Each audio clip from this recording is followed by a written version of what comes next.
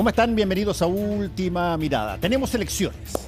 Y fíjense que mucha gente cree que las elecciones, es una cosa relativamente obvia lo que hay que hacer. Es obvio lo que ocurre respecto de cuál es la elección de los candidatos, pero hay una institución que trabaja todas estas situaciones electorales, el CERVEL, Servicio Electoral del país. Y vamos a conversar con su presidenta. Ella es Pamela Figueroa y hoy día hablamos de muchas cosas que, aunque parecen obvias, mucha gente no conoce qué hace el servicio electoral en año electoral y también entre medio de las elecciones. Pamela Figueroa, muchas gracias por estar con nosotros hoy día. Hola Fernando, bueno, un gusto estar acá contigo conversando sobre el servicio electoral. Bueno, a ver, partamos con básicamente lo que planteé. ¿Qué tanto conoce el chileno elector el rol del servicio electoral y, cómo de alguna manera se conecta con este ciudadano que va a votar? Bueno, el servicio electoral, lo primero que quiero decir, es una de las instituciones que tiene más confianza ciudadana. Las distintas encuestas o estudios que se han hecho muestran al servicio electoral desde que hay mediciones como una institución que cuenta con alta confianza ciudadana. Yo creo que eso está fundamentalmente asociado a que Chile es un país donde conocemos los resultados electorales de una manera muy rápida, posterior al cierre de las mesas de votación, y donde ganadores y perdedores reconocen el resultado. Y yo creo que eso es algo que, como tú decías, parece obvio, pero es muy importante. Entonces creo que esa confianza se asocia a eso, pero no sé si hay tanto conocimiento con respecto a todo el proceso electoral. En general nos conectamos con la elección, cuando ya empiezan las campañas, cuando empieza la franja, pero sobre todo el día de la elección, donde todas las personas sabemos que tenemos que ir a votar. Ahora tenemos voto obligatorio, además, con sanción, entonces eso hace que la gente vaya a votar. Pero hay muchas fases del proceso electoral que las personas no conocen. Por ejemplo, partir contándote que el servicio electoral este año cumplió 100 años. ¿Ya? Estamos en nuestro centenario y el servicio electoral, que se crea como el registro electoral, se creó incluso antes que la Constitución de 1925. Se creó el 17 de marzo de 1925 para preparar todo lo que fue el gran cambio institucional de Chile que vino con la Constitución de 1925. Y se crea como el registro de electores, ¿ya? Que es de las primeras cosas que siempre hace el servicio electoral para preparar una elección, que es actualizar el registro de electores, es decir, quiénes son todas las personas que potencialmente van a estar habilitadas para votar. Y ahí creo que hay una conexión muy importante del CERVEL con la ciudadanía, que es cuando a los jóvenes les llega por primera vez la carta certificada que dice que ya están habilitados para votar. Eso, nosotros siempre hemos tenido muchos testimonios de jóvenes que se emocionan mucho con recibir esa carta. Es un paso nuevo de una situación donde uno básicamente recibe y no tiene voz y sobre todo no tiene voto, a pasar a tener voz y voto en quienes dirigen el país. Claro, vas a decidir quiénes dirigen el país, vas a tener que informarte más porque vas a tener que participar de ese proceso de toma de decisión. Entonces, el registro electoral, como te decía, se creó y es el antecesor legal del servicio electoral, una institución que ha tenido larga permanencia. Solo durante el régimen autoritario se cerraron los registros electorales el año 1974 por ley, pero ya el año 86, preparando, ¿no es cierto?, lo que iba a ser el plebiscito y las elecciones, se reconstituye el registro electoral y ahí ya se crea como servicio electoral. Déjame preguntarte sobre algunas cosas que son interesantes en tanto el servicio electoral. Por ejemplo, nosotros cuando en la calle yo digo, oiga, dígame las vocales, y uno dice A, E, I, O, U, no piensan. Pero cuando estamos en elecciones y uno dice, a ver, dígame si usted puede ser o no puede ser vocal, ¿Cómo lo toma la persona que de repente aparece su nombre llevado a ser parte de la mesa de sufragio cuando esa persona eventualmente no tiene experiencia o no tiene conocimiento necesario para representar, en ese caso representa al país, no solamente a sí mismo, pero que además, bueno, va a constatar la certeza de una votación. Sí. Es una media cosa. ¿Eh? Sí, y eso es muy importante. Eso no es así en todos los países. No en todos los países se sortean entre los ciudadanos los vocales de mesa. Yo creo que ese sorteo ya es muy importante para la legitimidad del proceso, porque finalmente sabemos que los que están el día que uno va a votar, los que reciben tu voto, son personas que fueron sorteadas, ya que son ciudadanos, ciudadanas que cumplen ciertos requisitos, que tienen que tener derecho a sufragio para poder participar.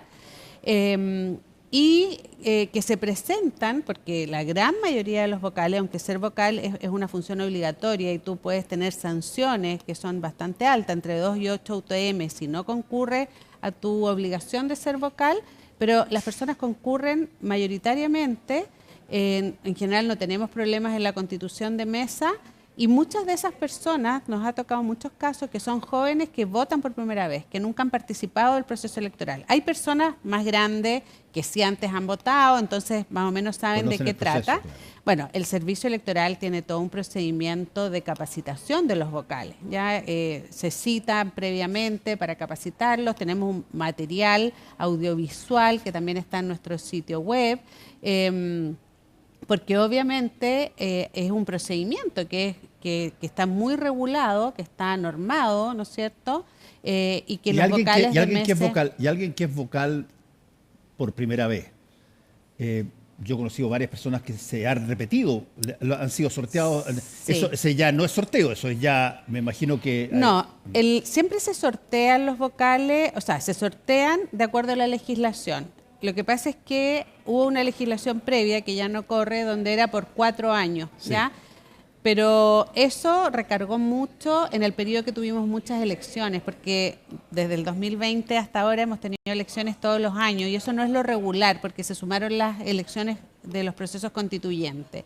Pero hoy día la legislación señala que van a estar en 2 procesos electorales continuos. Entonces se sortea cada 2 procesos electorales. Por ejemplo, los que participen por primera vez en les va a tocar y en el siguiente. Entonces... Dime una cosa.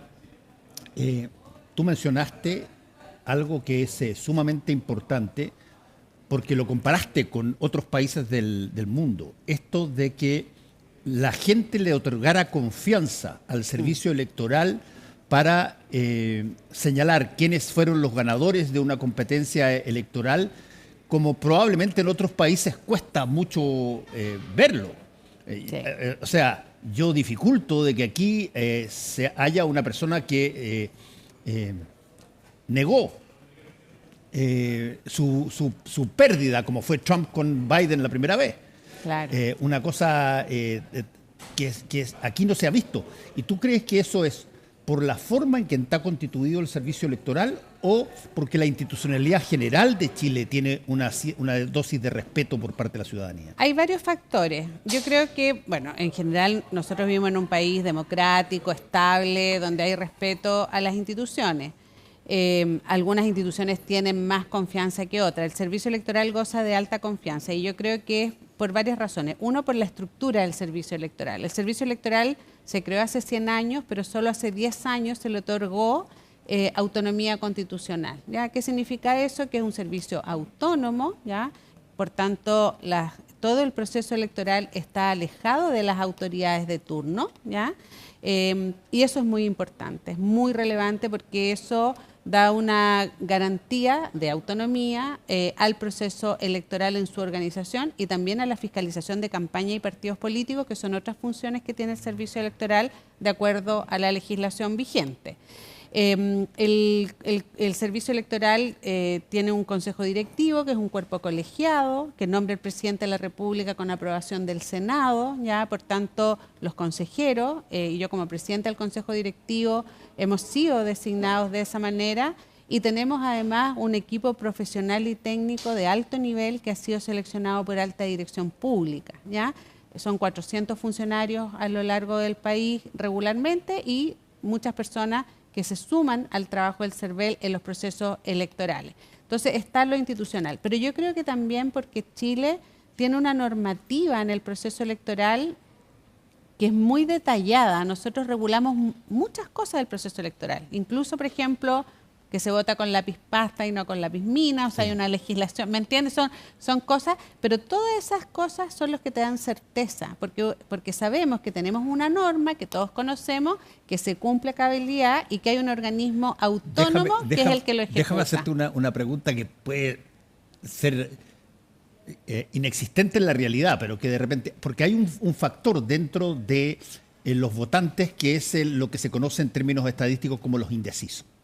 Y esas personas entran muchos de ellos a la urna y recién ahí tienen que decidir por quién van a votar. Ok, ¿qué pasa si es que alguien decide y dice, ay, me equivoqué?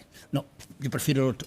¿Se puede de alguna manera decir, oye, me pueden pasar otro voto y ese lo rompen y yo no? No, porque los votos... O sea, la equivocación en ese caso... Claro, porque es difícil saber si la persona realmente se equivocó o no. El material electoral es un material que está también resguardado por la legislación y recordemos que los votos tienen un número de serie que está asociado, ¿no es cierto?, a todo el procedimiento y es lo que nos permite tener un seguimiento de los votos, que también es muy importante para la certeza, para la transparencia y para la confianza en el proceso electoral. Entonces, lo que nosotros decimos a los indecisos es que se informen, a todas las personas en general, que se informen con anterioridad, porque en general las elecciones en nuestro país son elecciones múltiples, ¿ya? Ahora el 16 de noviembre elegimos presidente o presidenta de la República, senadores y diputados. Sí. Los senadores no se eligen en todas las regiones, se eligen en 7 regiones. Entonces hay muchas regiones que van a tener 2 votos, solo presidente y diputado, pero muchas regiones van a tener 3 votos. Sí. Entonces cuando uno llega y tiene 3 votos, lo ideal es que conozca antes cuáles son los candidatos y candidatas. Incluso nosotros como servicio electoral publicamos el facsímil que le llamamos, que es cómo va a ser el voto para que las personas lo puedan conocer y puedan tratar de tomar una decisión previamente y eviten no solamente las demoras, sino que también esa indecisión dentro de la Cámara Secreta, que es donde van a votar. ¿Puede un candidato, de alguna manera, después del resultado, decir, oye, yo creo que aquí hay que revisar esto? ¿Hay derecho, digamos, a revisar aquello? Sí, mira, otra cosa importante del sistema electoral chileno... Estoy pensando cuando Trump le dijo a Biden que no reconocía porque habían 2 o 3 estados que habían marcado mal. Es bueno el punto y hay cosas bien importantes. El sistema electoral de Chile, además del servicio electoral, tiene el Tribunal Electoral, que está compuesto por integrantes de la Corte Suprema y un integrante que viene del Congreso. Todas las fases del proceso electoral son reclamables ante el Tribunal Electoral. Entonces, las decisiones que se tomen en el órgano técnico, que es el servicio electoral, pueden reclamarse ante el Tribunal Electoral y eso es muy importante. Tú puedes reclamar el padrón, una candidatura y también se puede reclamar un resultado, ¿ya? Obviamente, todas las reclamaciones tienen que ser fundadas. Sí, claro. Entonces, hay cosas bien importantes en el proceso electoral de Chile que son diferentes de otros procesos. Por ejemplo, las personas votan, se hace el registro, se lleva un acta, hay 3 actas que son diferentes, ¿no es cierto? Una que va al Tribunal Electoral, otra que va para el conteo y transmisión de votos, otra se queda el servicio electoral y esas actas no solamente la ven los vocales de mesa, lo puede ver cualquier persona. En Chile cualquier persona puede ir al conteo de votos de su mesa, ¿no es cierto? Están los apoderados de los partidos, de las candidaturas.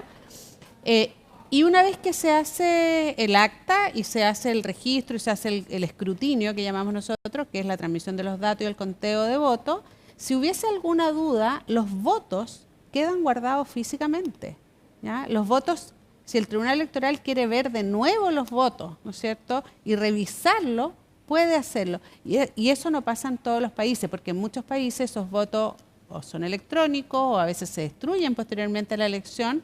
Entonces, nosotros tenemos una doble certeza. Eso hace que, en general, tenemos muy pocas de esas situaciones. Básicamente, nunca hemos tenido un no reconocimiento porque todos los actores del proceso participan y saben cuál es el procedimiento que es de total transparencia. Déjame hacerte una pregunta de esas preguntas que pueden resultar absurdas, pero que eventualmente pueden pasar. ¿Qué pasa si hay un empate? Si hay un empate técnico. O sea, hay un empate, tienen la misma votación dos candidatos, o tres, ya, pero hay una situación donde, a ver, tienen el mismo número de votos. ¿Cómo se resuelve aquello? Bueno, si que ustedes confirman de que todo nunca se nos ha dado esa situación. Bueno, habría que revisar bien la legislación porque nunca se nos ha dado esa situación, ¿ya? Me imagino que hay una hipótesis de que si hubiese un empate así 100%, la legislación debe determinar una fórmula de resolverlo. Claro, alguien podría decir, podrían moneda votar, al aire o repetir la elección. O votar de nuevo sobre solamente estas personas que están empatando. Ahora, la otra cosa, y aquí voy a salirme un poquitito de lo contingente hoy día, sino que en general. ¿Qué tanto se hace pedagogía eleccionaria en el país? No estoy hablando solamente de los mayores de 18 años, estoy hablando en los colegios, es decir, que se enseña la institucionalidad electoral del país. Sí, el servicio electoral tiene una unidad de formación ciudadana. Ya nosotros trabajamos bastante, de hecho apoyamos las elecciones de los centros de estudiantes, por ejemplo, ¿ya? Y nuestra unidad de formación ciudadana se distribuye además con equipos técnicos a nivel nacional, pero en todas las direcciones regionales. Y es muy interesante y es muy bonito porque en realidad los recintos educacionales les gusta mucho hacer este tipo de actividades. Nosotros además tenemos todo un proceso de formación de docentes, de profesores, porque también sabemos que muchas de estas cosas se conversan en el aula, en la sala de clase. Ahí es el espacio, ¿no es cierto?, donde los jóvenes y los profesores pueden tener un intercambio. Entonces, además del currículum educacional que considera ciertos aspectos, nosotros como servicio electoral tenemos una política y un programa de formación ciudadana que está enfocado en profesores, en el trabajo con los jóvenes, y ahora, por ejemplo, que estamos de centenario, hemos hecho una muestra itinerante de la historia electoral del país que hemos estado recorriendo distintas regiones, ¿ya? Y esa muestra es visitada fundamentalmente por estudiantes de básica y media. Sí.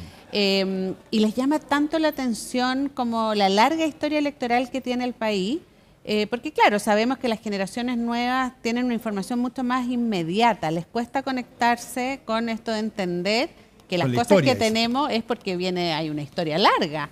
Y tenemos muy buena recepción con los jóvenes y en esta muestra, en estas discusiones sobre lo que es la democracia. Yo te lo preguntaba pensando en que en las cátedras que se hacen en el colegio y que tienen que ver con la vida civil, lo que se pudiera enseñar.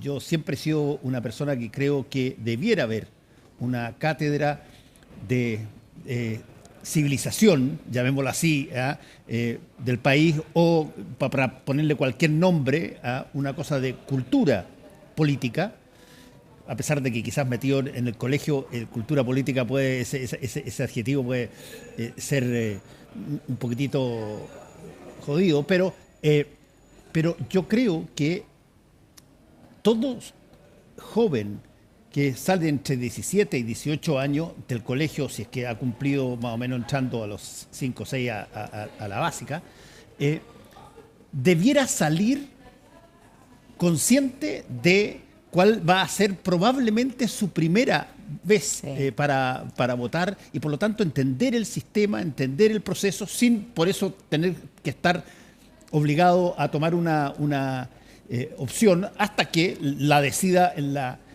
elección. Yo estoy totalmente de acuerdo. Creo que más allá de las diferencias programáticas o de partidos políticos, la política es una tarea muy noble y que yo creo que los jóvenes tienen que conocerla. O sea, estos 100 años del CERVEL lo que nos ha enseñado es que parte importante de la institucionalidad chilena se da porque muy tempranamente establecimos esta forma pacífica de definir las controversias, las diferencias, ¿no es cierto?, que fue generando un registro electoral, una ley electoral que cada vez fue incluyendo a más personas y que cada vez ha ido ampliando más el derecho a ciudadanos y ciudadanas. Por ejemplo, los jóvenes, cuando ven esta muestra histórica y uno les dice las mujeres no votaban hasta el año 49 y es como, ¿cómo? No votaban antes. Entonces son cosas que se van dando cuenta que la trayectoria histórica nos ha permitido ir incluyendo cada vez más personas y eso nos ha permitido resolver ciertas diferencias. Entonces la formación ciudadana y la formación electoral es muy importante para entender eso, sobre todo para las nuevas generaciones que les toca un mundo diferente. Hoy día tenemos otros desafíos en la cuestión electoral. Por ejemplo, los sistemas de información contaminados, ¿ya? Eso no lo teníamos antes y hoy día tenemos que aprender también. Como servicio electoral estamos trabajando fuertemente en todo lo que tiene que ver con la integridad de la información, porque para que las personas participemos del proceso democrático tenemos que tener información transparente, fidedigna, veraz, ¿no es Ustedes, cierto? por ejemplo, tienen de alguna manera voz en las campañas.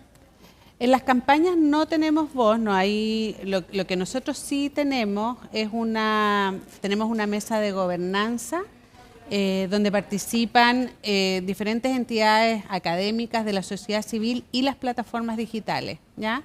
Donde constantemente estamos monitoreando, ¿no es cierto?, que se dé una integridad electoral. Contenidos de campaña no hay ningún tipo de regulación, ¿ya? Solamente las campañas tienen que cumplir con la normativa en cuanto a su funcionamiento, porque Chile es un país donde hay libertad de expresión, ya eso es bien importante señalarlo. Pero sí tenemos esta mesa de gobernanza para poder identificar cuando hay, sobre todo, no sé, violencia política digital, que ahora los estudios han mostrado que están enfocados fundamentalmente en las candidatas, en las mujeres, que es bastante predominante, y para enseñarle también a la ciudadanía, y dentro de nuestras campañas informativas también enseñamos a que las personas puedan identificar, si hay alguna información que les merece alguna duda, que puedan chequear, que vayan a las fuentes oficiales de información, y eso creo que es un desafío muy importante para la democracia en general, no solamente en Chile. Eso es el escenario que viene, y yo creo que por eso también es importante que las nuevas generaciones tengan una fuerte formación en la democracia para que puedan identificar esos fenómenos. Pamela Figueroa, presidenta del CERVEL, muchas gracias por haber estado con nosotros hoy día. Muchas gracias a ti por poner estos temas en la mesa. Muchas gracias. Y muchas gracias a ustedes por su sintonía. Nos encontramos mañana. Que le vaya muy bien.